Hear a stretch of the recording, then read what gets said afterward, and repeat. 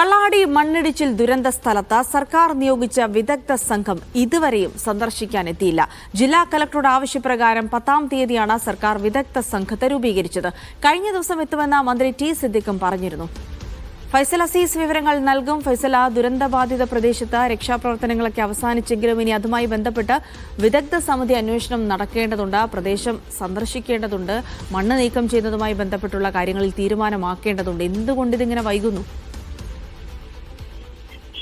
ജിൽസിൽ കഴിഞ്ഞ ദിവസം ചേർന്ന വാർത്താ സമ്മേളനത്തിൽ മന്ത്രി ടി സിദ്ദീഖ് പറഞ്ഞത് ഇന്നലെയോടുകൂടി വിദഗ്ധ സംഘം എത്തും, അവിടെ പരിശോധന നടത്തുമെന്നാണ്. എന്നാൽ ഇതുവരെയും വിദഗ്ധ സംഘം എത്തിയില്ല. എന്താണ് ഇത്ര വൈകാനുള്ള കാരണം എന്നുള്ളത് സംബന്ധിച്ചുള്ള വ്യക്തമായ വിവരങ്ങൾ നമുക്ക് ലഭ്യമല്ല. ഏതായാലും ഈ ആഴ്ചയോടെ തന്നെ എത്തുമെന്ന് തന്നെയാണ് പ്രതീക്ഷിക്കുന്നത്. ഈ മണ്ണുമാറ്റവുമായി ബന്ധപ്പെട്ട് അത് സംബന്ധിച്ച് പഠിക്കാനുള്ള വിദഗ്ധ സംഘമാണ് എത്തുമെന്ന് അറിയിച്ചിരുന്നത്. Kozhikode NIT professor doctor Santhosh G തമ്പിയുടെ നേതൃത്വത്തിലുള്ള സംഘമാണ് എത്തേണ്ടത്. 3-അംഗ സംഘത്തെയാണ് രൂപീകരിച്ചത്.